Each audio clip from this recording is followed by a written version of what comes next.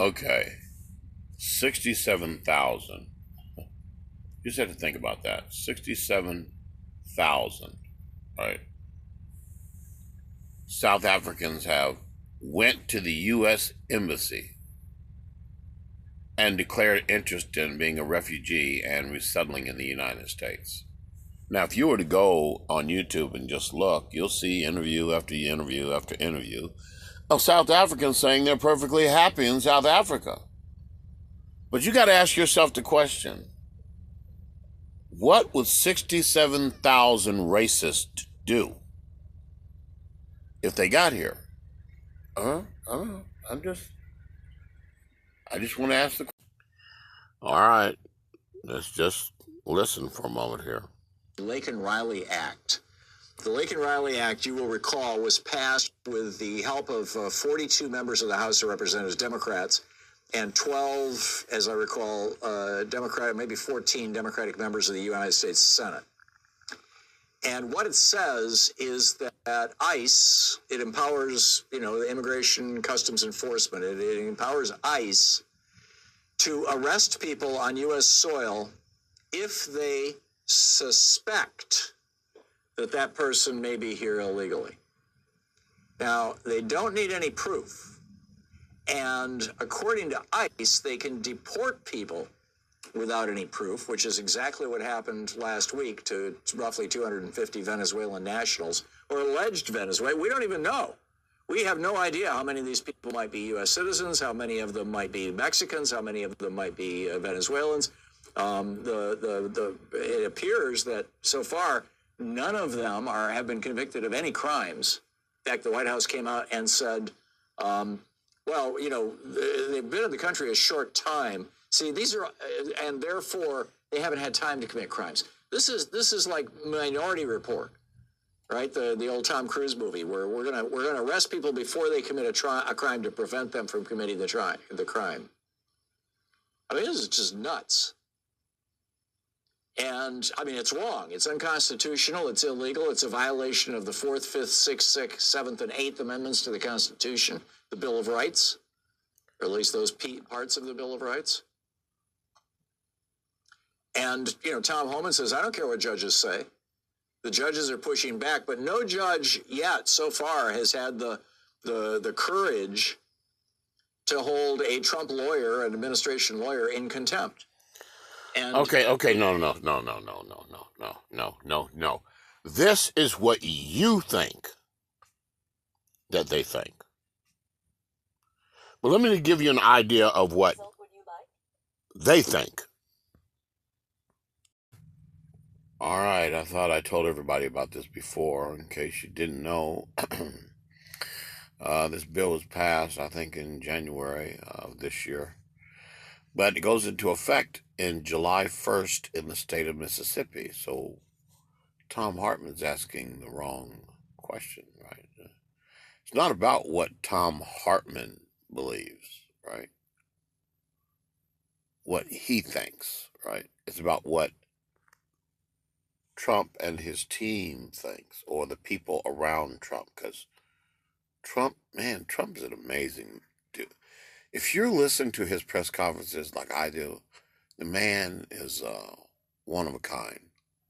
He's not a 1 in 100 years. This is a man like one in the damn forever. He's a one of a kind. He sits there for an hour and just takes questions without any lawyer being there, without anybody telling him, hey, you shouldn't say that, shouldn't say that. He just sits there like a man and answers questions. That's, I like Trump. I just wish, I mean, it's hard to do a lot of supporting of him because of the decisions he's making right now. Or, I don't know, bro. I don't know. It's hard to support a man that obviously has got a problem with black people. It's either that or he feels like, I don't know what he feels like. Maybe the time for reparations was in times gone by, and he may feel like giving us affirmative action and giving us civil rights, he may feel like that was our reparations, right? So that may be where he's coming from. I don't know. I don't know, because he really doesn't talk about these issues. All he does is nobody's really asking him. I want to see, does anybody ever ask Trump about reparations for black people? I don't know. I want to talk about this bill first, and I'm going to look into that since I just thought about it. It goes into effect July 1st of this year in the great state of Mississippi. So when you want to know not what Thom Hartmann thinks, but what does the team around Trump think, he said, Thom Hartmann says, they haven't committed any crimes yet. Or Team Trump may not feel that way. They might feel like, well, you're an illegal alien already, so that's a crime. Now you're trespassing against the United States. But there's not currently a law on the books saying that them being here illegally is a criminal offense. And that's the problem. And why Congress won't pass anything, I don't know.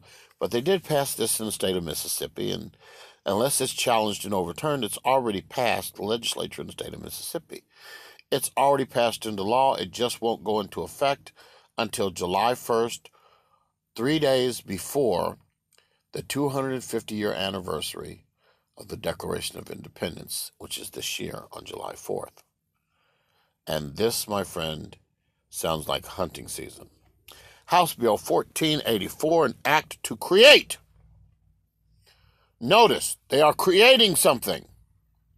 It is an act to create the Mississippi Illegal Alien Certified Bounty Hunter Program to provide definitions for and to authorize bail bond agents and surety agents to enter the program to create the crime. Man, that's a big sentence right here. This is designed, hold on, to create the crime of illegal trespass by an illegal immigrant. God damn, boy. They're telling you what they're doing. They are creating the crime of illegal trespass by an illegal alien. Hold on.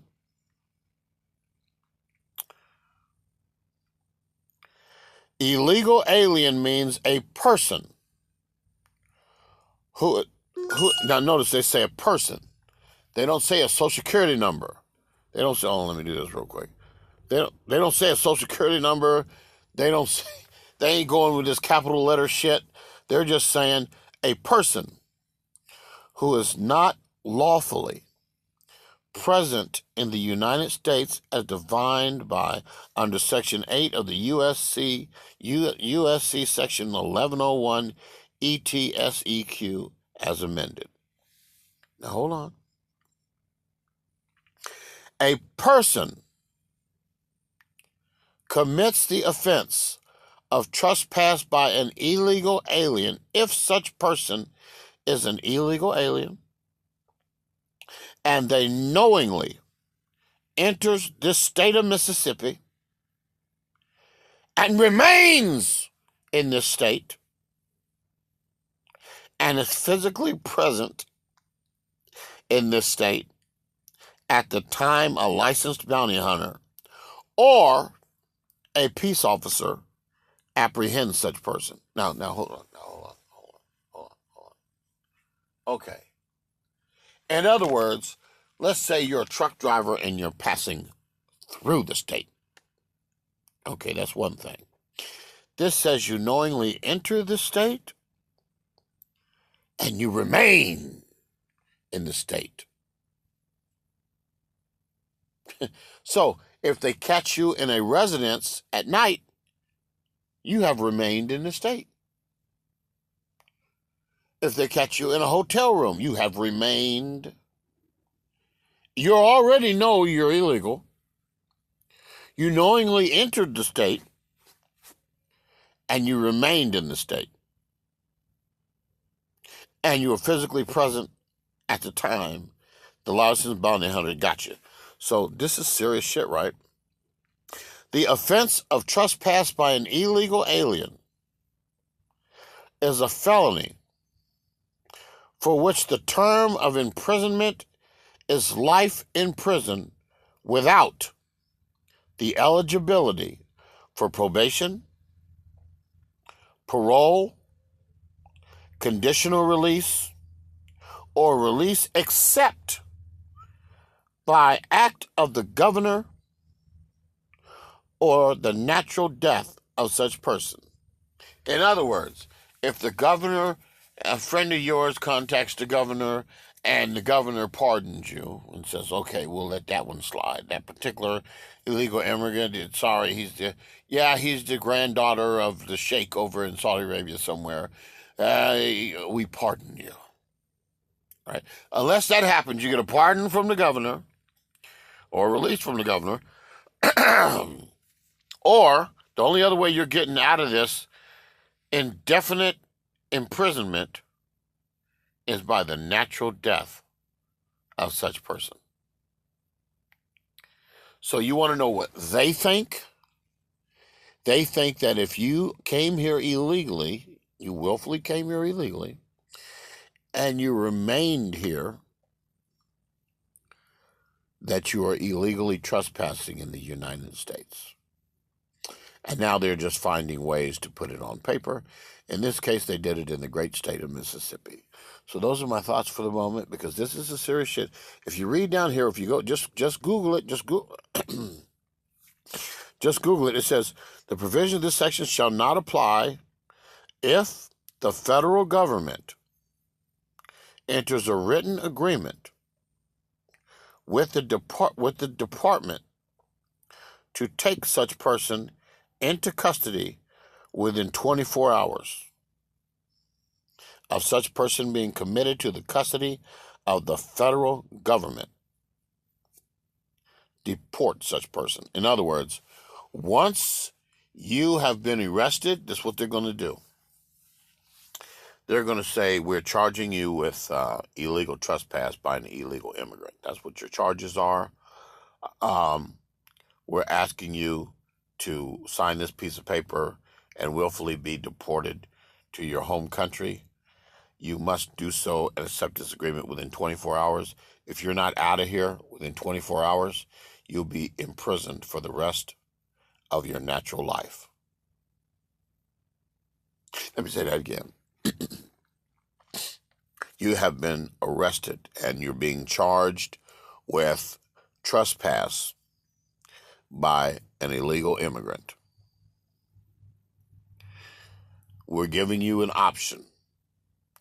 You can willfully sign this piece of paper and be deported out of here within 24 hours out of the United States, or you will be convicted of this crime. If you're not out of here within 24 hours, you will be imprisoned for the rest of your natural life. You have 24 hours to make the decision. Actually, you have less than 24 hours. If you're not out of here, if you're not deported in 24 hours, you'll be in prison for the rest of your natural life. That leaves all these appeals and shit, all this out the way. I'm telling you, listen, you want to know what they're thinking? They're thinking hunting season is just beginning. This is the preliminary, what they're doing now all over the country. Everybody's complaining and crying and shit. This is just this is not the main event. These are the pre-fights. This is the prelims. What's going on now is this is the prelims. This is not the main event. The main event has not even, we're nowhere near the main event yet. And if Trump gets mad, he can expedite shit. He's taking his time. Listen, man, I'm going to say this because I don't think people get it.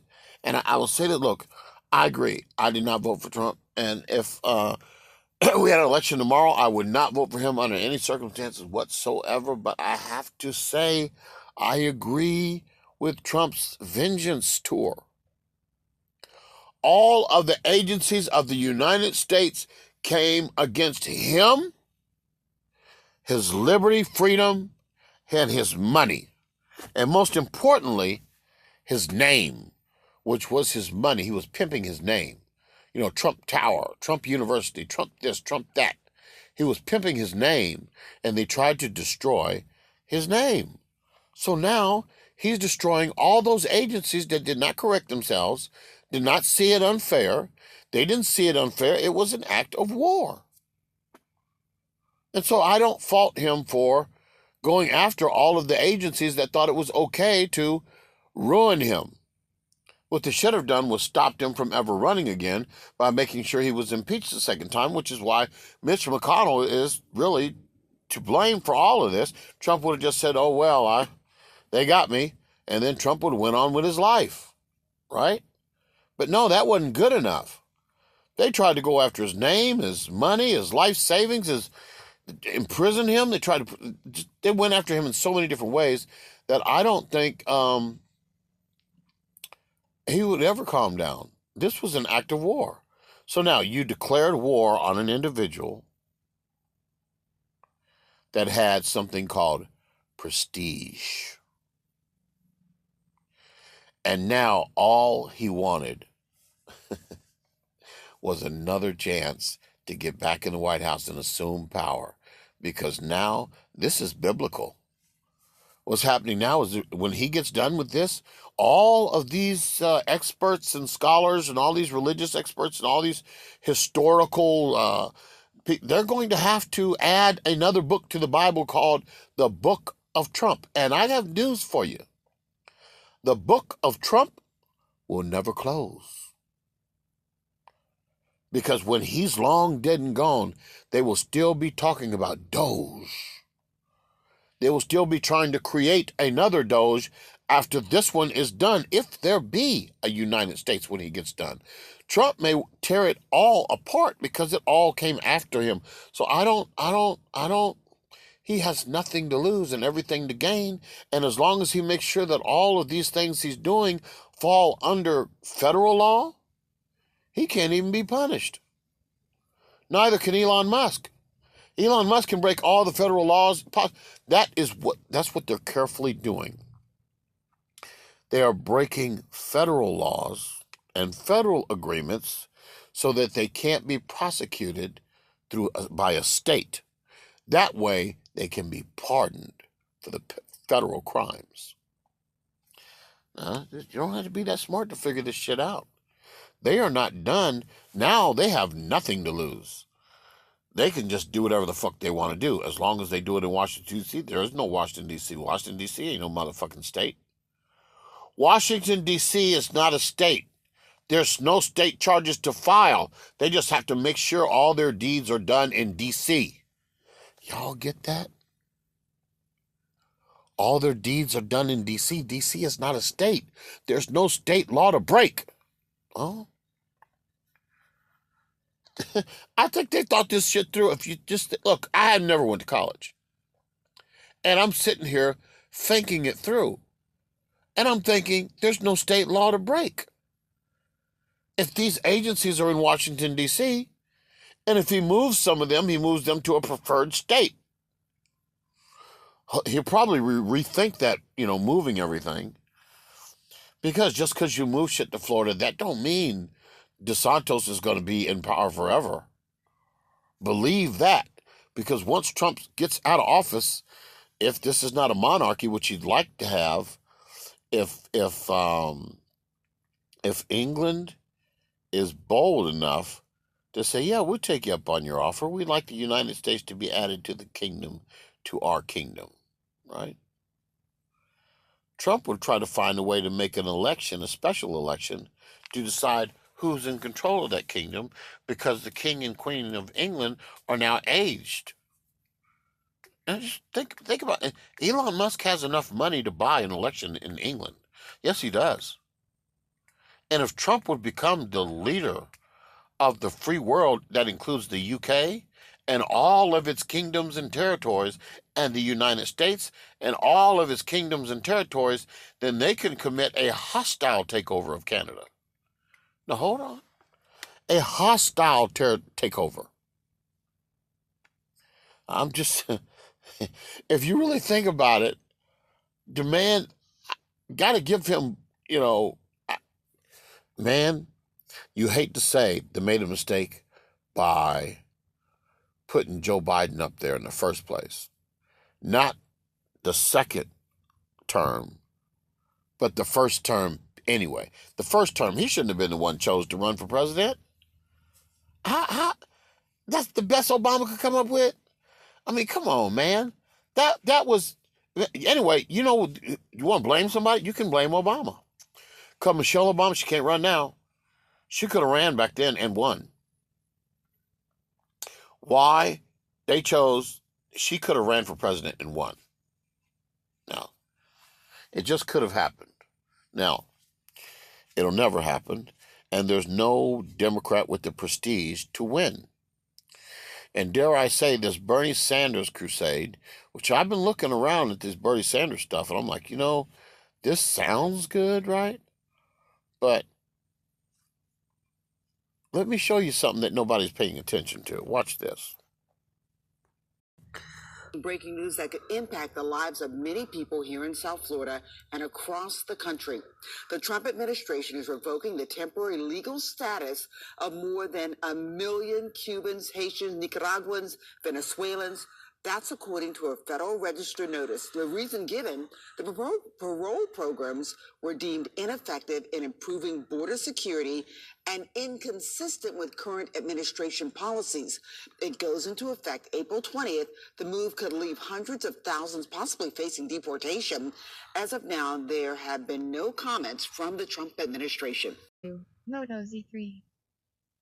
But this is crazy what's going on. A U.S. citizen from Chicago was among 22 people who were arrested and detained by ICE last week. The U.S. Government Accountability Office found that during Trump's first term, an estimated 600 U.S. citizens were arrested and an estimated 70 U.S. citizens were deported. But this Laken Riley Act has put this on steroids. Here's a couple of stories. Fabian Schmidt, a German-born engineer, has lived in the United States for nearly 2 decades, legally working, paying taxes, and contributing to his community. The guy's got a green card, right? None of that mattered when he returned home from a trip abroad. As soon as he landed at Logan Airport in Boston, ICE agents pulled him aside. His green card renewal was flagged for some unknown reason. No explanation, no opportunity to clarify, just a red mark in a government system. That was all it took. ICE stripped him of his clothes, subjected him to hours of aggressive questioning, locked him in a detention center, threw him into an ice-cold shower, left him shivering on the concrete floor, naked, humiliated, and terrified. For days, his mother, Astrid, desperately tried to find him. Keep in mind, this is a guy who's lived in the country for 20 years, legally, is still living here legally. She called ICE, Customs and Border Protection, and any agency that might give her an answer. They all ignored her or outright lied to her, claiming they had no record of her son. When she finally learned where he was, he said, they treat us like animals. He was barely holding it together. And why? Well, they later said, it was a bureaucratic error. Yeah, right. Jessica Brocha, a German tattoo artist visiting the United States. She had a return ticket. She had a legal permission. She had the visa under the visa waiver program. She had a valid German passport. But ICE decided that she just might try to work while visiting under the Laken Riley Act. Suspicion is enough. Once inside, the nightmare deepened. They threw her into a cell with no bed and no access to legal assistance. For 8 straight days, they kept her in solitary confinement. The lights never dimmed, and the sounds of other detainees screaming in despair echoed through the walls. This is one of these for-profit prisons that Trump loves, the Republicans love, because they kick back, massive campaign contributions to Republicans. She started hallucinating, her grip on reality slipping, desperate to feel something, anything real. She punched the walls until her knuckles bled. Meanwhile, her best friend Amelia was frantically searching for her. ICE refused to confirm her location or even acknowledge that she existed. No charges, no trial, no legal recourse, just silence. Consider Jasmine Mooney. She's a Canadian actor who starred in the American Pie series. She's a Canadian businesswoman who always played by the rules. She secured a job offer in California, completed all of visa paperwork, followed every U.S. immigration law to the letter. But that didn't stop ICE from shackling her, chaining her wrists, ankles, and waist as if she was a violent offender. For days, she was trapped in a brutal private for-profit detention facility, laying on the bare floor with nothing but a crinkled foil sheet for warmth. Then in the dead of night, ICE dragged her from her cell, bound her in chains again, and forced her onto a bus with dozens of other women. They drove for hours, denying them food, water, or bathroom breaks. By the time she arrived at another private for-profit facility, she'd been awake for 24 hours and was too weak to stand. To this day, ICE won't explain why she was detained.